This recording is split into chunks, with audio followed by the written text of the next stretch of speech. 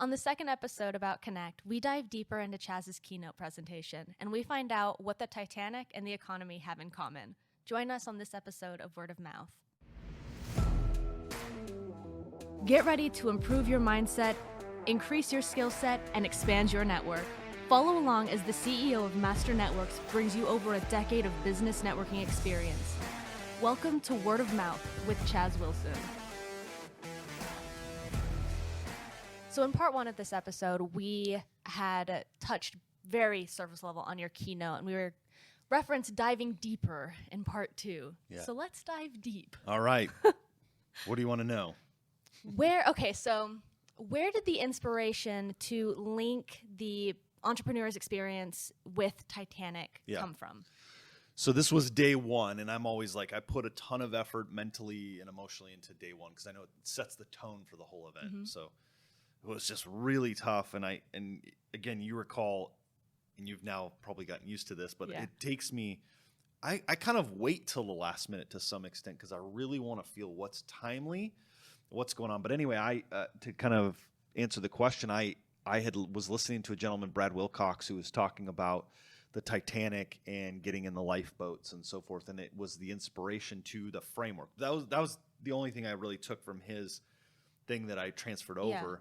And then I went to a place where I wanted to really understand the Titanic, like know the details. Mm-hmm. You know, how many passengers, when did it sink, how many lifeboats, what were the stories in the journals, and all that stuff. So it was fascinating to learn a lot about it.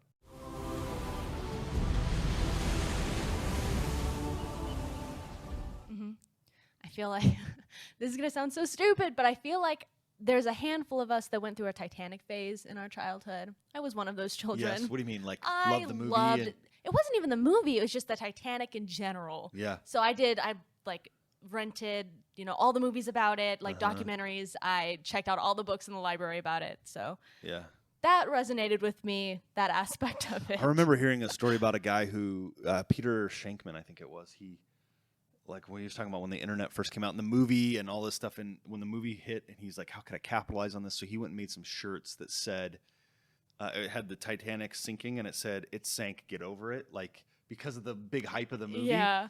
And he lives in New York City, and he like went down to the street corner, and he had a bunch of them, and he sold them out, and then he immediately put up a website, and it like crashed their server. Oh my gosh. Sold so many of those shirts. And that's hilarious. Tens of thousands of dollars. I mean, this was, whenever that movie came out, but circling back, you had mentioned, and yes, we are used to this, but you had waited to not the last minute, but to the last minute to put your presentation together. But when you came in with that idea, you sat down, you mapped the whole thing out, and then you had the presentation done. What does that process look like for you? Yeah. So, and this is actually a really powerful thing because it's kind of the framework for how I create any piece of content that we're going to do, especially a presentation. And I learned part of this from Dave Jenks, and then I've learned other pieces of it as I've developed my own strategy. So I will typically whiteboard out the framework. So for instance, I knew I wanted to talk about the Titanic, so I would like write Titanic and then the story.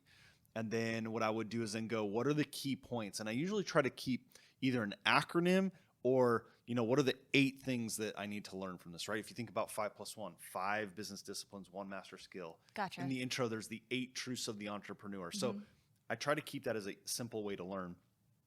And so I had created 8 things that we went through. I think it started with 7, and I added an 8th of 8 things that we went through during COVID, and then tied that into the Titanic. Gotcha. But here's the thing. I then presented it to you, to Corey, you, Corey, and Elizabeth Carnegie.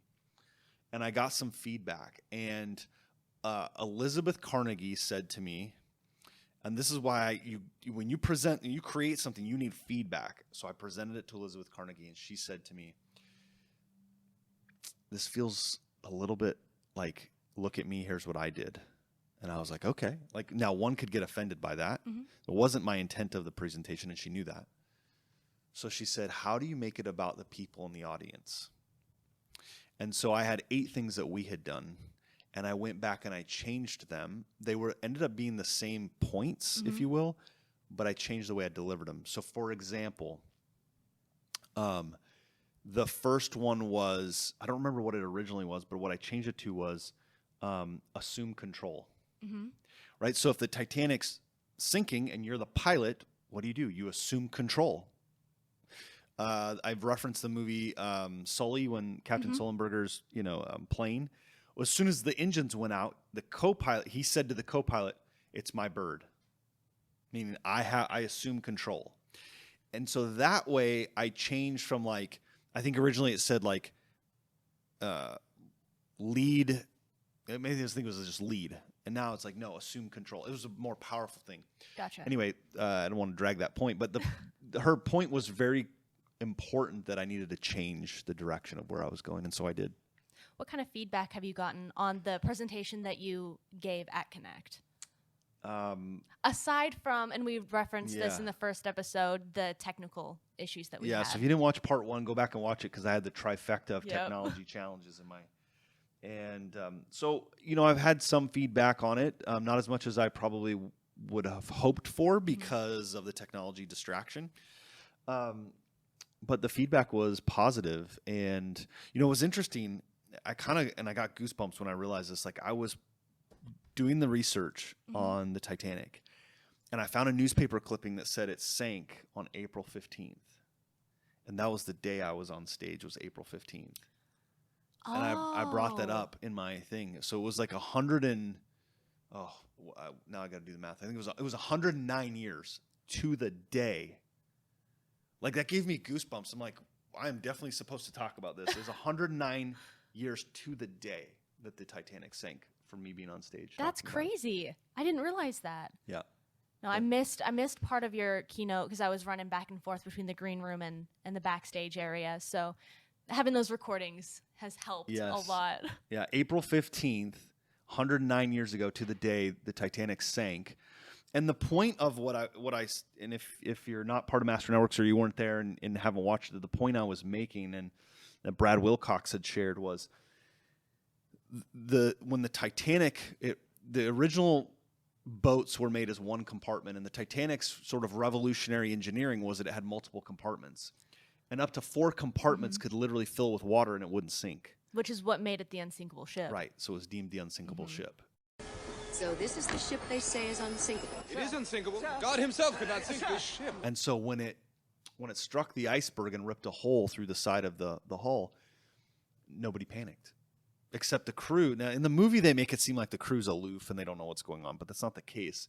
From journal entries and firsthand experience that people were sharing, is that the captain and the crew were telling people to get in the lifeboats. One other problem, there were 20 lifeboats. 4 were collapsible, so they ended up not opening. They didn't work the way they needed to, but then they only had 16 wooden lifeboats, which was not enough for every passenger. So they were ill-equipped right from the start. So think about that. It was destined to be a disaster, even if it hit something, because they didn't have enough lifeboats. But the problem was that when it hit and they were telling people to get in the lifeboats, they weren't, because it was an unsinkable ship. So think about that today in the, quote, unsinkable economy that we experienced 18 months ago, and then COVID hit. That was the iceberg that ripped a hole in the side of our economy. And people were like, oh, it's good, it's fine, I'm getting my stimulus check, I'm getting this inflation. Hyperinflation is here right now, and people still don't even realize it's around us. But the point is that people are like, the first class passengers, the VIPs, are sipping champagne and still listening to the orchestra play while the ship's sinking. It wasn't until it tilted that everyone panicked. Right. And then it was like... Because it was real then. It was real. And my point to this was, here's what we learned through COVID. You lead, right? You assume control. You check your vitals, meaning... you look at how much water are we taking on, or the Sully's plane, what's the altitude of both engines are out. You do your checks, you look at your dashboards, you do all that stuff. And as a business owner, these are the kinds of things. So that's what I went through in my keynote. No, I love that. Where do you see this evolving as 2022 rolls around? The keynote, or just the keynote, the idea of it? Yeah, the idea in general, the concept. I mean, we have a double-edged sword in the economy right now. And this is what I was trying to convey and portray to the audience. We have a double-edged sword. Because of COVID, we have supply and demand challenge in many things, right? Lots of things. Remember when everyone ran for toilet paper? Yep. Right? So demand went way up. It wasn't even so much that the supply, it's just that the perception that the supply was going to go down created demand, right? And it can happen, and it will happen on multiple other things. Lumber right now. Can't get lumber. So you have two things happening. You have supply is low, demand is high because interest rates are low, people are building. Then you have inflation, which Brad Gibb, one of our speakers, talked about inflation. I thought can I go into the definition of inflation, the way he described it? Because I think it's important, and I loved the way he did it. And I know I'm talking a lot on this episode, but I think it's important. So inflation, let's say you and I are on a island, okay? And we're the only ones on the island, and I have $10, and you have 10 coconuts. What would you think you would then sell me a coconut for? For $1. Right. 10 coconuts, $10, sell it for $1. Yep. Then magically I find on the beach a bottle with another $10. I open it up. I've got $20 on the island. So nothing changed other than there's double the amount of money on the island, $20. You don't have any more coconuts than 10. Now what would you charge me for those coconuts? I'm going to charge you double for the coconuts. Right. Because inherently you would think, well, there's more money, so I'll charge you double. The supply didn't go up. The demand really didn't change. But there's just more money available, so the prices go up. Make sense? Yep. We printed 40% of all the dollars in circulation, it's reported, were printed last year. So if you have all that money being pumped into the economy, and you have a supply-demand problem in some categories, that is a double-edged sword for the economy right now. And that's what I think people aren't yet paying attention to. Right, they'll blame it on politics, which there's a component to that, but that's what's going on. That's what I see happening, especially going forward. Like, what do you do as an entrepreneur? Right, and I think that's why this message is pretty evergreen for the most part. I realize that we reference like COVID, what happened in the economy last year, but I think overall it's a timeless message. Yeah, and I referenced it back to 2008, 2009 when the housing collapse, because it's very similar. It'll look a little different, but some of the outcomes are going to be very similar for people. And that's why they need to prepare. And honestly, Elizabeth, that's why we're so passionate about Connect. Because one of the things you can do is get in the lifeboat, right? Before it starts to tilt. And what I was saying to people is the lifeboat for us is the Master Networks family, the Master Networks chapters. Go all in. That was one of my points. Don't be like, well, I'm going to kind of like throw half a leg in the lifeboat and just hang on the side. You'll still freeze to death in that water. And so get all in the lifeboat. Come join us at Connect. Join us at Master Networks. If you're an entrepreneur running your business, don't try to swim out there in troubled water by yourself with just your life vest. You're still going to die doing that. And I don't think you can build businesses in isolation out in the troubled water by yourself. That's why you need to be at Connect. You need to come to our event, be there. So to kind of wrap this episode, we have a question from the production desk. Katie, the producer. It makes it sound so official. I know.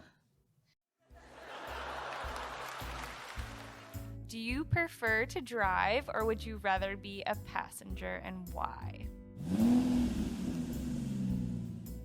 Depends on who I'm in the car with. 100% depends who's driving. It totally depends who's driving. Most of the time I prefer to drive. But actually, here's the quick answer.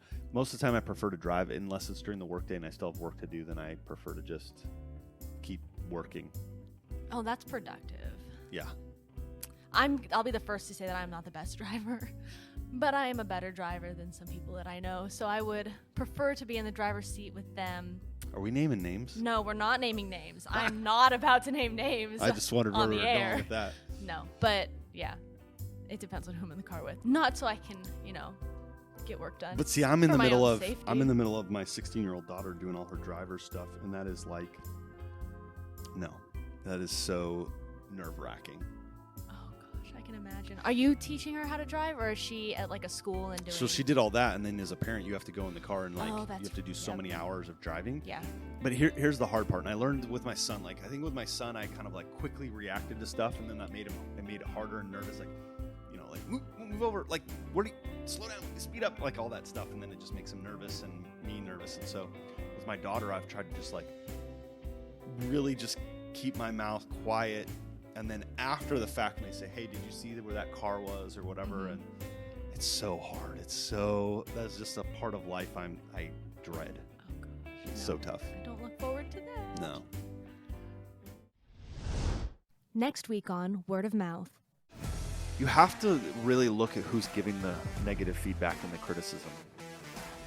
Because not all feedback negatively should you pay attention to. When someone says you can't do it or no as an objection, as a stop, that like goes, okay, yeah, watch me.